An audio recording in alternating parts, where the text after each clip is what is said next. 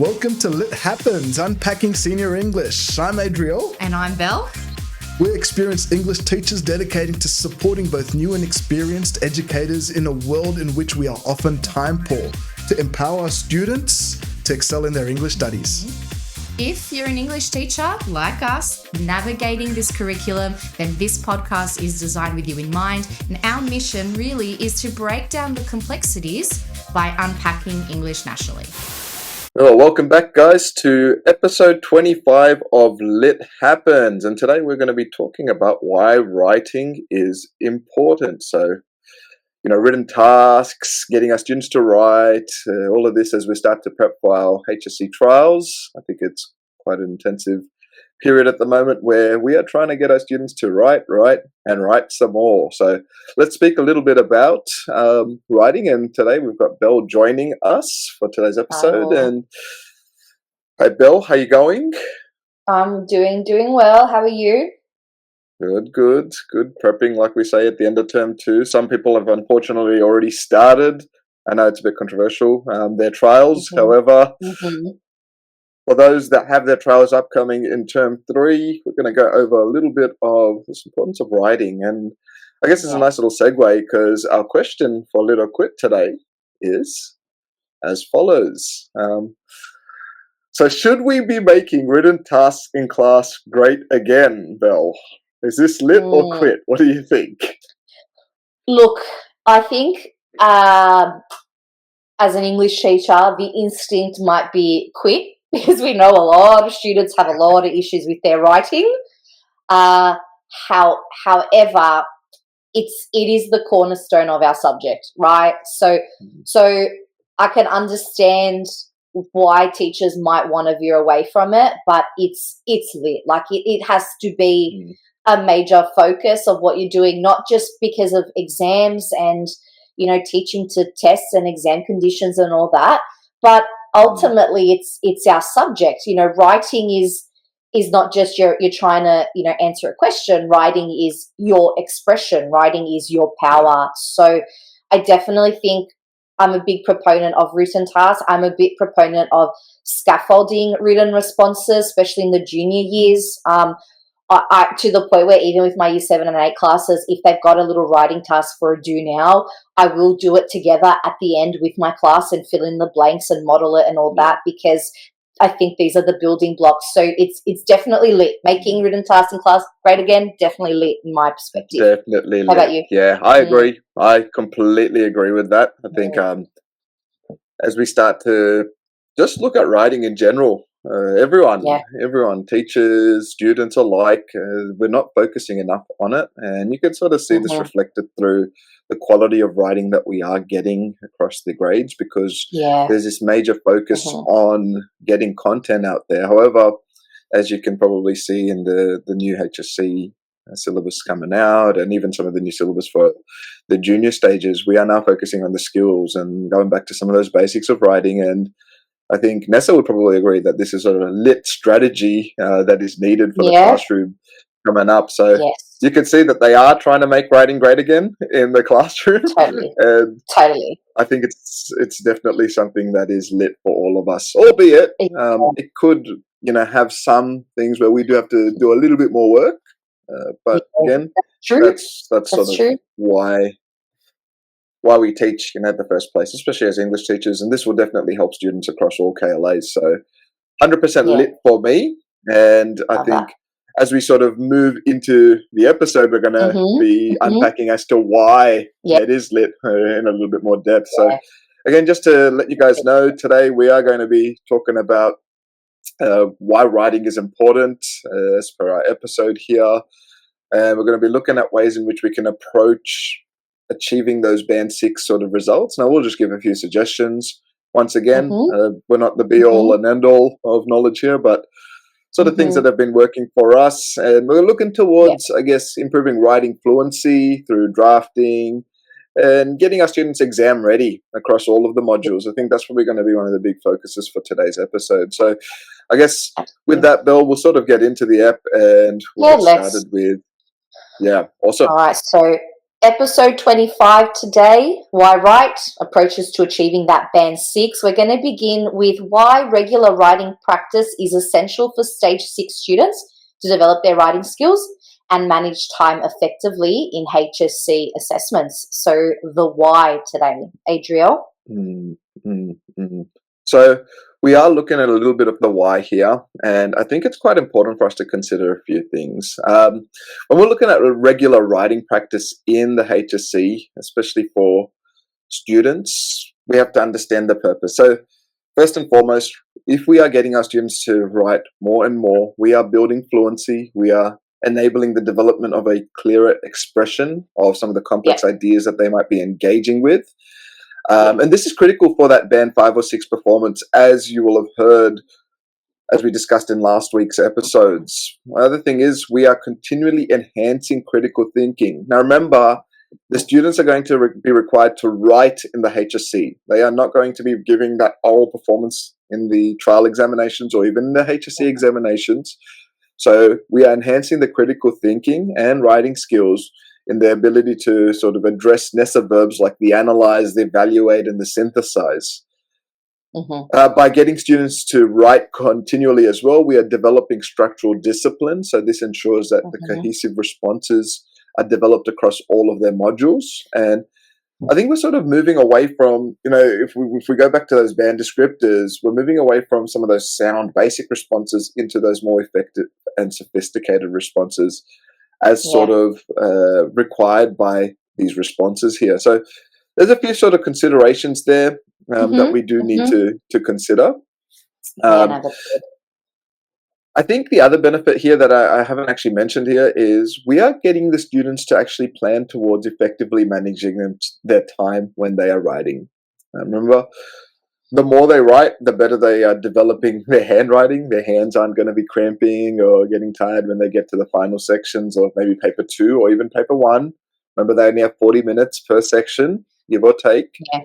If they're continually writing in class, we're minimizing that planning time.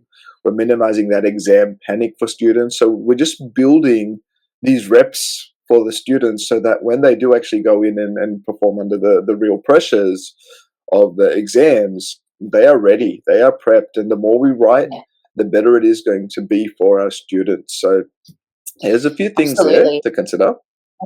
No, that's really helpful, especially when you think about, socially, contextually, students these days are just not reading and writing as much as they used to.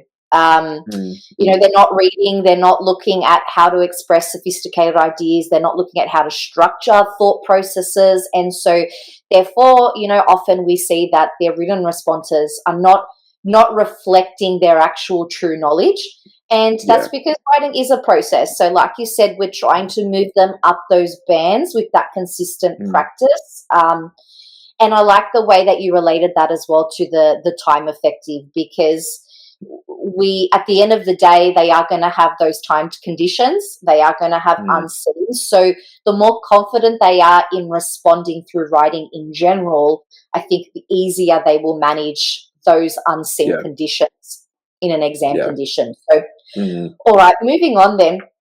How can teachers then design specific writing tasks that are using the NESA key verbs? So like your higher order ones that we talked about, you analyze, you evaluate, you synthesize. How can teachers create writing tasks that can develop the drafting and writing for all the modules that they study and prepares them overall for these timed HSC assessments?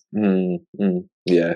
There's a few things that we want to sort of consider over here. So again, we're looking at verbs like analyze, evaluate, synthesize. These align with some of those HSC questions. So I've been looking through some of those exam packs from exams in 2019 all the way through to 2024 recently, and these are the terms that we are going to be seeing regularly. So we want our students engaging with these questions literally like every single lesson. Now, I think so. It just depends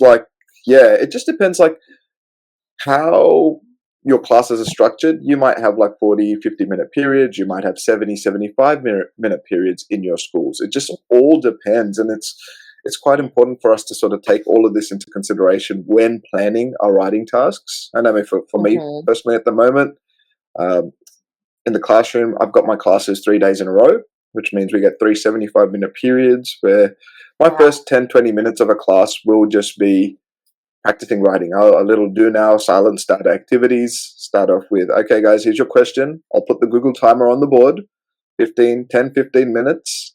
Sometimes they're even less, like 10 minutes, so that we get a bit of time to then go through some of the examples that we have been sort of developing with the students. But in terms of designing these writing tasks, we want to develop these tasks so that we are encouraging drafting. I think that's very, very important, looking at the process of writing. So design tasks, questions where you require multiple drafts to refine some of that verb application. Get the students really engaging with what these verbs truly, truly mean. And I think a nice way to look at this is we want to focus on drafts that yield, they might start off, say, for example, from a band 3 response, which might be descriptive in nature. And then as the students drafts to the next phase, they're showing greater clarity. You might give them something that they need to focus on. And then as you sort of go up the ladder, we're looking at, again, a question that allows them to have some sort of nuance, which is what we're discussing in those band 6 responses. So what this sort of process is the writing task facilitates feedback which focuses on escalation. Okay, so we're escalating each time, we're developing, we're adding something, a further skill to show our writing is improving. Yeah. So if you can get some writing tasks, there's plenty out there. We had a fantastic PD recently with a lady by the name of Peter from the Clever Cookie Academy. She had some great, fantastic things. Shout out. And I'm shouting out things. We're not paid here or anything, and no paid sponsorship, but if someone is listening, highly encourage you guys to reach out to her on Instagram. It's fantastic stuff that she's got. And she had such great activities with the kids.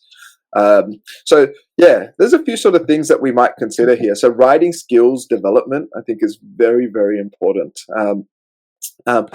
So when you do scaffold some of that complexity, we're not necessarily disappointed when we start off with something that yields a descriptive response. We can highlight that with the students, and then we move on to, okay, well, how do we then start to build this? And yes, again, you might be thinking, well, Adriel, I don't have enough time in the classroom. I've got so much content to get through. I am honestly saying this, and this is something that I've had to take a step back with recently, is at the end of the day, the student can have all the content in the world, but if they don't know how to write, there's no use having all the content. 100%, 100%. So I think we stream. Yeah, sorry. No, go on. Sorry.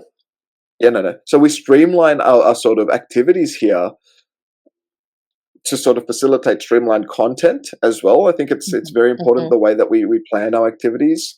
And then within like all of that sort of stuff, just make sure you're including your time limits. So like I said with my written activities to start my lesson, before the kids get into the classroom, it's like, all right, guys, you've got the timer up, the question's already up, off you go. 10 minutes, 5 minutes. Sometimes, like the longest will be, literally, I think the longest writing activity I've had recently has been 10 minutes. Because then you have time to then reflect and understand where we can improve as a class. I think this is also important. I know we will have students in our classes that don't want to talk or read their responses out loud. I did this recently where everyone wants to sort of come and show me their response to get some sort of satisfaction. But I'll get them to read it out loud. I'll be like, all right, read it out loud. Yeah. And there are many reasons why I do that. It's not to embarrass them. It's more so to get them to hear their writing. It helps them develop that cohesion. It helps them to understand where they're going wrong in terms of their natural pauses, the modality of their language. And so then we are developing, through our writing skill here, an understanding of fluency and cohesion. So there's a few things to really, really build on. When it comes to developing our writing activities. I really love your last strategy because it's very like whole class student support centered. Even just I know something that works with me is I'll walk around the room and I'll spot some of those responses and I'll give students that confidence and say, wow, what an insightful idea. Like, wow, what a great point you've made. Can you please share that so everyone else can hear? And just obviously when you're in assessment preparation, this is a little bit different, but in the lead up, as English teachers, we love class contributions because students can be supported by their peers in their understanding. Yeah. Sometimes when a student gives a response, it just makes more sense than if it came from the teacher, right? So I really love the idea that you can use this activity to encourage their development of their writing, and then also use it as a bit of a visual or a reinforcement of what students should be working towards. And I think as well, everything you've suggested here, it really aligns with that idea of the backward mapping. And I know I harp on a lot about programming, but anybody who is doing programming now for this new syllabus in English, you're probably using guiding questions or textual concept questions throughout your unit.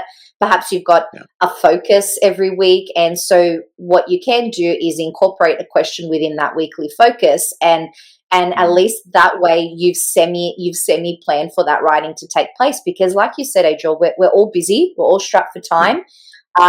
If we can use those things that are in our program, then that might save us a bit of time, in the actual lesson planning phase, because we know we can go back to our guiding questions and select something from there. But also, whatever unit you're doing, whatever text you're teaching, as the teacher, roughly what kind of outcome you want. So, backward map for that too. If you know roughly what they're going to have to do in their final assessment, then build that understanding and build that analysis through the types of writing tasks you're giving them, because then the students can actually refer back to those and work out how they can use some of those responses to help support their actual assessment response. So you've offered some fabulous strategies. All right.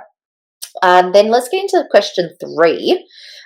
So then what barriers might prevent effective writing and time management within HSC assessments? And how can teachers employ these high leverage strategies to try and overcome this? Yeah, awesome. So we'll start off with some of those common barriers first to the effective writing process. So a lot of the times, like I said, we start off with our students having more of this descriptive summative approach, especially when it comes to like our critical responses that we're trying to sort of facilitate. So we'll see that our students will be summarizing rather than analyzing, evaluating, and this sort of leaves them in that band 3 to 4 range in terms of our descriptors. They also have weak structure, so their essays are disorganized, they lack cohesion, the limited vocabulary, because as you sort of mentioned at the beginning of this episode here, our students aren't reading enough either these days, so we can sort of see the overuse of maybe some basic terms that they've fallen in love with because someone has suggested something for them. And I think infrequent practice, we know that they're not practicing their writing enough, so this leads to that slow sort of unfocused response, again leaving them in that band 3 to 4 sort of range. So there's a few barriers for our effective writing. I think a few barriers when it comes to time management, again, it falls down on poor planning. So students might skip outlines, they waste time on unfocused writing, so they'll try and write the first thing as their final draft as opposed to going through the process of actually developing their responses, brainstorming, talking, getting feedback, then moving forward. And this is where you can sort of see some of those timed writing activities at the start of a lesson can actually help contribute to this skill. We'll also see uneven pacing, so they spend too long in one section, which leaves others incomplete. This is a very, very regular occurrence. And then exam anxiety. I think we failed to sort of realize this. There is a pressure that comes with the exam. So the pressure actually impairs their clarity, the way they allocate their time, amongst many other things. And this really, really impacts on their performance. So there are a few sort of high leverage strategies that we can discuss here. And these can come in the form of many, many different activities. Like I said, I've only got a few here, and there's only a few that we can actually speak about today. But I know more recently we've spoken about things like the teaching of the Peel paragraph and why it's very important. I think that writing framework is very important. Whatever works for you, making sure that the students have a very basic writing platform which they can build off of. Again, fantastic sort of starting point there. Using essay templates, I think this is significant. Giving them exemplars. So we all have exemplars in our little folders that we've kept here or there. Allowing students to see other students' work is significant, because what it does is it gets them to see not only where they should be working towards, but it also allows them psychologically to see, okay, cool, this is another student that has developed this. This is something that I can actually develop in my own sort of time as well. So that's quite important as well. Give them word lists, I think, in order to enhance their vocabulary. Provide that academic sort of word lists. I know Twitter, or what is it called now, X, online. There's so many different word lists available for students. Print them out, make them into little, printouts which they can paste into their books or put into their notes. I think that's quite important as well. And really, really start to train them to write under time conditions. I think that's the biggest thing. So like I said, 5-minute outlines maybe, 10-minute writing activities. Because remember, they generally run out of time, and this is what causes that anxiety. They'll be like, oh man, I meant to write this, but I think, activities which allow them to work under time pressure will definitely help them. I think that's so significant. So some of these targeted sort of strategies will help them to overcome not only the complexities and the difficulties of writing, but also how they manage their time. I think time management barriers are massive when it comes to achieving those band sixes. So yeah, those are a few things that we should consider when it comes to our writing. But yeah, I think that's so true, particularly when you're looking at what is a barrier. I think if they don't have well-honed analysis to begin with, then they're not going to be confident and have enough time to engage with an actual question on the spot. I find those students who don't already have some preparation going in, of course they're only going to produce a band 3 or 4 because they're not even confident in what they're saying, because they haven't honed their analysis before they get into, because it's one thing to just, you and I know, one thing to just write an essay and memorize that essay. It's an entirely other thing to use what you have to specifically and effectively address a question given in timed conditions. So I think I often say to my guys, if you're just kind of winging it on the day, that's a recipe for disaster, because there's too much being asked of you in that exam condition, and it is the process. And I like how you said using other students to model approaches. I know I really love, pointing out when I do show an exemplar, I'll often give a bit of a narrative to how the student got there, and a bit of a before and after, so that students can be confident that this is a process. This isn't a kid who just got up, sat down, wrote the perfect essay, that it took the time, and sort of implying if you take that time, you will work on that process as well. All right, 100%. Then I think this discussion then moves into our second last question for the episode, in terms of what writing strategies can students use to craft high quality responses in HSC assessments while managing time effectively under exam conditions. I know that a little activity that I do, that I was, suggested or shown to do by, a fabulous mentor teacher of mine that I had. I know one activity, once they've kind of got the analysis and what they're likely to use within exam conditions, I love the 10 minute, like even we do, I know I've done like a 10-minute, in the 10 minutes, here's the question. In that 10 minutes, I want you to at least write the introduction and at least write the topic and link sentence, so that you can practice sustaining a thesis on a specific question. And obviously, the first 2 that they do is difficult, but they really find once they do a 3rd, 4th, 5th, they start to get the hang of it. And I think what I have seen really helps with this strategy is it stops the students just regurgitating what pre-prepared analysis they have, and actually has them thinking about making what they have as much as possible relevant, insightful. And then it also, I think, lets them see any gaps they might have in their analysis, because I might think I create a beautiful essay, but unless I apply it to multiple past HSC questions, I don't really know if I've done enough, if it's holistic enough, because we know we've got different types of questions, right? Sometimes you have a generic rubric question. Sometimes you have a form-based question. Sometimes you have a specific concern or issue. And I think it's really good once students start examining all of those, they start to see if there is any cracks in their analysis, and that I think helps too. So what are some strategies that you can suggest to craft these high quality responses? Yeah.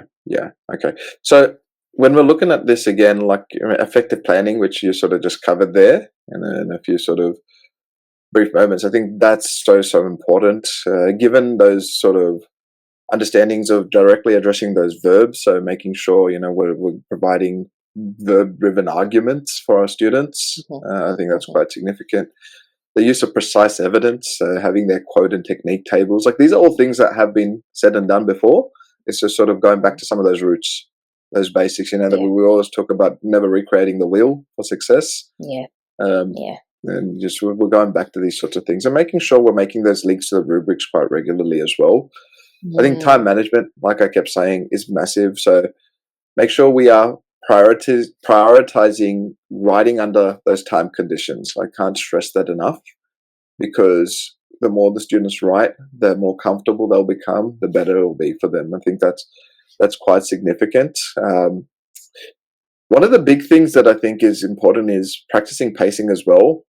So when they're looking at like writing, when they're practicing their pacing, they want to see, well, have they actually focused on their strong arguments, especially in those persuasive responses that we're looking at with their essays, those critical responses. So going back and reflecting, so leaving a little bit of time to go back and reflect as well on their responses, using that color-coded method, some of the strategies sort of that we've discussed before. And I think the biggest one at the moment that is sort of going around that I've seen as successful is actually writing with your students. As a teacher. So I know the question sort of asks, what writing strategies can students use? But as a teacher, if we are writing with our students and showing them that it's a process, because a lot of the times we'll often phrase like, hey guys, like, this isn't the most perfect response that I've developed. And then you might then model or workshop the next 5-10 minutes saying, well, how could we then improve this? How can we look to build on this? And they see you writing at the same time as well. So not only are you modeling good response writing there, but they're seeing that you're working with them. And I think that's psychologically quite an important thing for students to see. Now, you might say, well, what if the students are typing away on Zoom, or they're, a lot of students aren't focusing on the skill of actually handwriting. That's another thing I would say. Remember, in the exam at the moment, students need to start to develop their handwriting. It's muscle memory. It allows them, like I said, to avoid those cramps later on in exams if they're not doing it enough. It'll be like, I use this example to my students. I said, if I was to go sit the HSC and have not picked up a pen at least 6 months before that, it would be like me going to the gym and loading, 420 kilo plates on each side, trying to do a 200 kilo bench press without any conditioning or practice. And that's not going to end well for me, I don't think. Not at the moment, They have to walk before they can run. Yeah, that's right. And it's like, it's a good image for them to see, because what will happen, they'll be crushed by the exam like I'd be crushed by the weight if I was to do something stupid like that.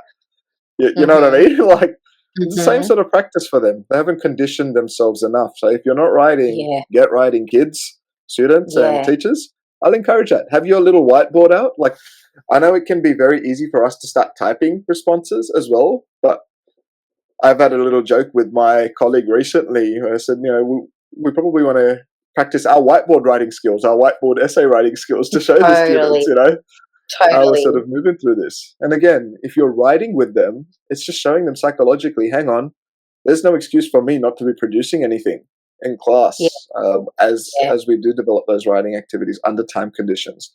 They can see the way that you're sort of going through the process as well. So there are a few sort of suggestions there that will definitely help our teachers. And again, if you guys have anything, let us know as well. Like, it's important. Yeah. Well, because legibility can be an issue as well. So I find the students who have been doing the handwriting for a long time, they are improving pace, but it's also helping their overall legibility as opposed to just scribbling everything down. I know occasionally we have those scripts, right, where I'm like, I can't make out anything that this student has written. And then you go and find other staff members, be like, can you decode this? Until you find someone who's like, I see. So I think it works on all those levels. You've offered some really great ideas there. So then, I think, well, what about last? Sorry. I'll just add one more thing there. Sure. I think also, like you've just mentioned, this idea of legibility, you have to build this picture in the mind of your student. Like, consider your HSC marker. they're going to be working basically the whole day, and then they're going to be looking at a screen for 4 to 5 hours in an afternoon. As teachers as well, like we need to encourage our students, make sure it's legible. I know myself, I'm a left-handed person, so if you think that writing on the board because you're left-handed is hard, yes, I understand your struggles, but get it done. Honestly, like, about you. Oh, yeah. How did I miss that? Yeah, and like actually, I've become known as the teacher that just loves writing on the board because it's literally something that keeps the students engaged. I think I said this to you, Bill, once back in the day. Like, teaching some of our junior sort of behavior classes. It's definitely a great behavior strategy. I think that's where I've sort of honed in on my skills, where you're getting kids to just write in the junior years as well. So it calms them down because it's achievable. They can copy, and then in that copying, they're processing, and like you said, the muscle memory. I mean, there is a place for technology, but there's definitely a place for those traditional methods as well. Especially when you've just explained it's you're using it for a deliberate reason, not just this is just what I'm doing. There is rhyme and reason and method, but you're absolutely right. That's what I'm saying. I've seen you write on the board so many times. I don't know how I missed that you're a lefty, but I digress. It's definitely. Sometimes I will come home and I've got like texture marks on my pants and whatnot because we've rubbed it off as I've been going along and as you've gone. 100%. It can be frustrating, but it's like I said, it's a sacrifice I'm willing to make. Quoting some of the things. It's also a great equalizer, right? Because when the kids go, "Oh, I'm sick of writing," you're like, "I'm writing too," and then they're like, "Oh, okay, then." Like, it's a little bit harder to grumble. It's a good behavior. Yeah, 100%. 100%. Yeah, it's fantastic. And then you keep them on track by you rub out bits at a time. Like, okay, the next minute I'm going to rub the first 3 lines off. Like, and then they start going quicker. Anyway, we digress. All right. Okay. Lastly, then, question 5: what classroom activities can teachers implement to promote regular writing practice and time management skills for HSC success? Yeah. Cool. I'm just going to give a few general sort of overviews here, and then you'll probably come up with like your own sort of activities in the classroom, and we might put some things out there. Like I said, and I'm not shouting this out lightly, but Peter from Clever Cookie Academy was fantastic in terms of some of the writing activities that she had. So jump onto her page. I'm pretty sure she's got some fantastic learning teaching strategies there. Again, I'm not paid. It's a big thing coming from me. It's not a paid advertising or sponsor. It's just fantastic, and we want all our kids to do well, so we're trying to help promote that. So anyway, some classroom activities. I would say things like timed paragraph sprints. So again, 10 minutes on the board. When the kid comes in, I want like a peel paragraph. I want something that is informative, and maybe not informative, so analytical or evaluative in nature. So then we're starting to hit those sophisticated sort of needs. I think that's quite important. Drafting and revision workshops. Again, these are quite important as well. So really facilitating drafting as a process for students. Mock assessment simulations. I love this. I know we've got students and teachers alike doing like 40 minutes on the board. Google Timer is like your best friend. If you've got like, your board up there, Google Timer, all you type it in is timer on Google, put 40 minutes on the clock, off you go. 5 minutes on the clock, off you go. All right, you've got 10 minutes thinking time, off you go. Like really time everything, and you'll find your lessons will go a lot quicker as well. Give them some peer review opportunities. So think pair share activities. I think they're very important as well. Again, the in-class activities, not assessments. And I mentioned why before. We don't want collusion in assessment tasks. And then planning and pacing drills. So things like maybe today we're just going to focus on a thesis statement. Today we're just going to focus on developing topic sentences. Today we're just going to focus on implementing quotes and really integrating them.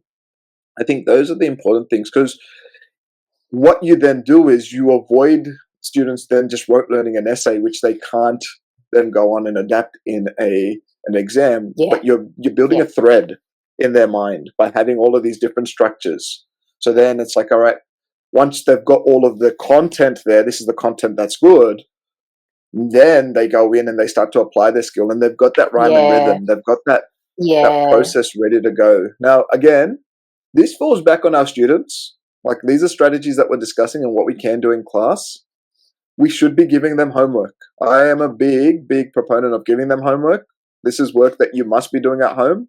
However, you guys are big kids now. I sometimes might sound condescending when I say this to my 11s and 12s. If you want to do well, you want to make sure you are practicing this. I'm not going to force you to do it. But the kids that will excel are the ones that will take that initiative and do this stuff at home. And again, it won't take them long. I'll say to them, I don't want 7-8 hours where you're not sleeping at night.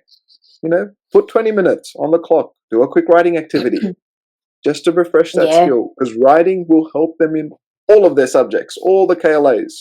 They don't write quick enough in history, legal studies, business studies, visual arts, design and technology, any of these subjects. Google Classroom is really good for this too. Because you can set them a question for the week, or let's say you check it in 2 weeks, and that way, there's no complaining, I didn't have time, like you've had a couple weeks, and you can actually use that to give some feedback as well. So Google Classroom and that kind of flipped learning model works really nicely here too. Yeah. And like I said, like you guys will have things that work. I don't want to give specifics at the moment because everyone's class is going to be different. Everyone's at different levels. There are many activities online that we can sort of look and implement. Try new things. Like make sure they're timed activities. I think that's the key thing. Make sure they are targeted activities that are timed. I think that's very, very significant when it comes to our writing. And once you've got it, even if it's just like sentence development for cohesion, that's where you might need to start. Simplicity is important. Focus the activity on the skill that they're missing, maybe, or working your way up. That's right. Well, I love your 10-minute sprint writing activity idea because it's so flexible. Like you can even do that for creative writing. So you could do a 10-minute atmospheric opening. You could do a 10-minute discursive intro on here's a given topic. Write a few sentences of a persuasive call to action. Like I think that's what you've offered is so helpful because it's so easily adaptable depending on whatever module or whatever part of the program, a teacher is in that classroom. That's really helpful. Yeah. All right. Well, I think you have offered us quite a lot to consider in terms of the, why write, all these different approaches to achieving that band 6. I think the great thing that you said as well is it is about flexibility because all the teachers listening, you are the experts in your room. You know your students, better than we ever could. So any suggestion we make is just hopefully there to spark or inspire or just get an idea that you ultimately will know how to adapt because you're the master of that classroom, right? So I think, Adriel, you've offered so many avenues to get students not only to understand the process of writing and not only to develop that writing, but also do so under that exam conditions because at the end of the day, the exam, the HSC exam is our end goal. So as much as many of us maybe are philosophically not into, teaching or preparing towards an exam, the reality is from the different schools that I've, worked with and alongside and all those things, the reality is there are many, many schools that are taking that approach. And so it's up to you to consider what can you do in your classroom to help your students be as prepared as possible. And then I think overall as well, like you said, Adriel, it is up to them. We can lead the horse to water and these are brilliant strategies for leading to that water. And then we just have to emphasize to that student, the onus is on you now to drink. The onus is on you now to start drafting and producing. And I'm here to guide and facilitate and help you strengthen. But it is up to you as a student to take that onus. And that's exactly right. So I think you've offered fabulous suggestions here, Adriel. Thank you. Yeah. And hopefully like you sort of just hit the nail on the head there. It's your classroom. Talk with your people in your staff room, your colleagues. I think that's very, very important as well. Work together and build a very good environment. Because remember, at the end of the day, you're not competing against each other. You're working together as a school, as a faculty to get your students to the best place possible. And I think that's very significant and important. And writing is one of those foundational tools that we do need to cover and cover extensively. So in order to sort of answer our question for our episode today, why write? Because it is significantly important and is one of those foundational elements for our students to actually work towards achieving those band 5s and 6s in their HSC. But also, it's a great life skill for them later on down the track. You know, university, or the workplace. I've been hearing lots of people. Actually, I had a conversation with a parent the other day who works in the engineering field, and he mentioned to me that he says we're getting a lot of young people coming in that just don't know how to write their reports properly. And they're engineers. They're studying engineering. Yeah. And even like email correspondence and communication and all those things, it's just not quite there, is it? Mm-hmm. That's right. So like for anyone that will say to me, like students that will say, oh, but sir, I'm going to become a plumber, or I'm going to do this or that or whatever. I say, yeah, that's all well and good. You be whatever you want, but you still need to learn how to write, because it's going to be significant in every part of your life. So that's something that we can encourage our students with, but hopefully that has been beneficial. We'll try and put a few videos up for everyone regarding some maybe specific strategies that we might have. Bill's been popping some wonderful resources up, if you've noticed, on our socials recently as well. So please click on some of them. Give us those likes. Give us the subscriptions. The more we have, the better it'll be. And comments would be great as well, guys. We want to hear some suggestions from you guys. Encourage us to produce some more things as well, particularly produce things that we know that you guys want. So if you're like, I've been meaning to create this kind of resource but I don't have the time, please send it our way. We'd be happy to put something together.